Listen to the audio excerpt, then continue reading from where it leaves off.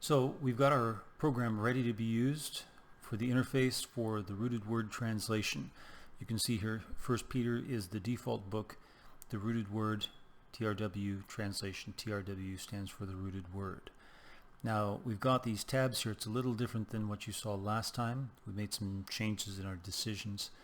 So we've put in the precise translation and the common translation, common English translation. Because if you remember, any of you who've been watching the channel, that there are two translations we're making at once. And the precise is the main translation. But we realize that not everyone will be able to understand that very well. So we're trying to boil that down to a common English translation as well to make it more accessible to more people. So we have that here for 1 Peter. You've seen this before. And the common, there's nothing done for 1 Peter yet. Then there's a verse by verse for the precise, and since there's nothing done for the common, you'll see this.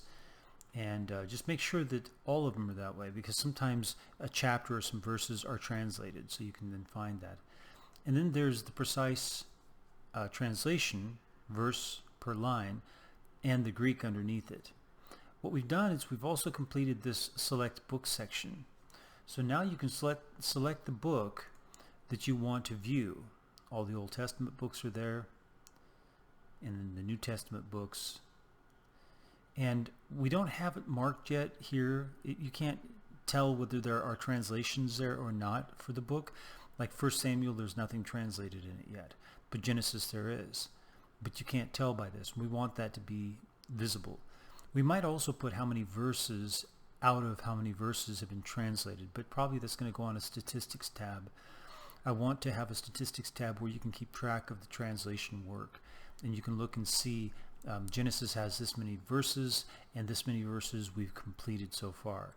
And you can just go through each of the books and look. And if it's a completed book, then it'll be in some sort of highlighted color. So that's one of the next things we're going to do, besides indicating right here on the select book page which ones are empty. Okay, there aren't a lot of empty ones, mostly in the Old Testament, especially right here towards the beginning. Once you get to hit Joshua, it's pretty empty until you get to Job. I think all those are empty till you get to Job. And then you got most of these have something in them, although a few of the prophets don't, like Obadiah. Okay, but if you go to Isaiah, there's something there. If you go to Ecclesiastes, Song of Solomon, there's something there.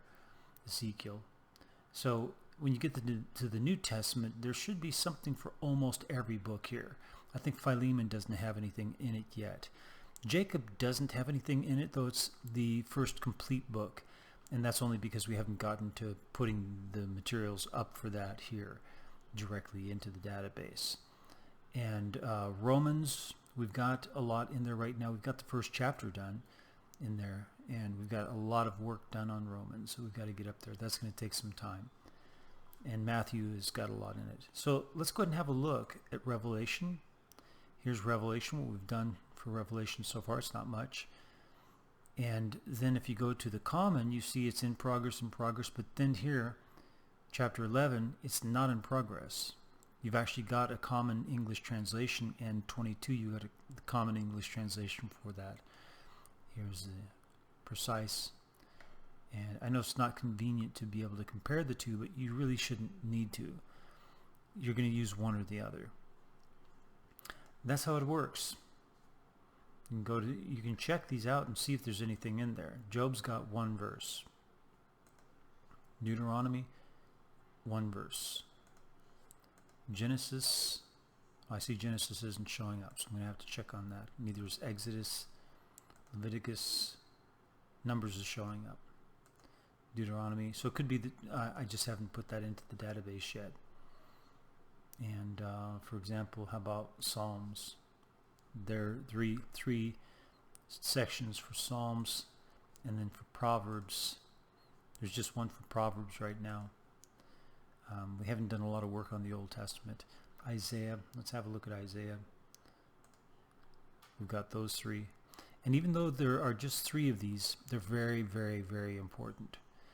So what we are doing with the Old Testament is we're translating as we need a verse.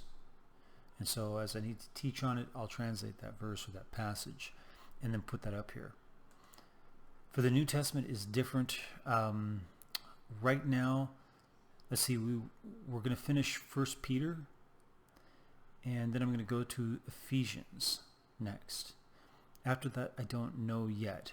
Probably it's going to be to complete another book that's mostly done here. So, but 1 Peter and Ephesians, you can look for that next being completed.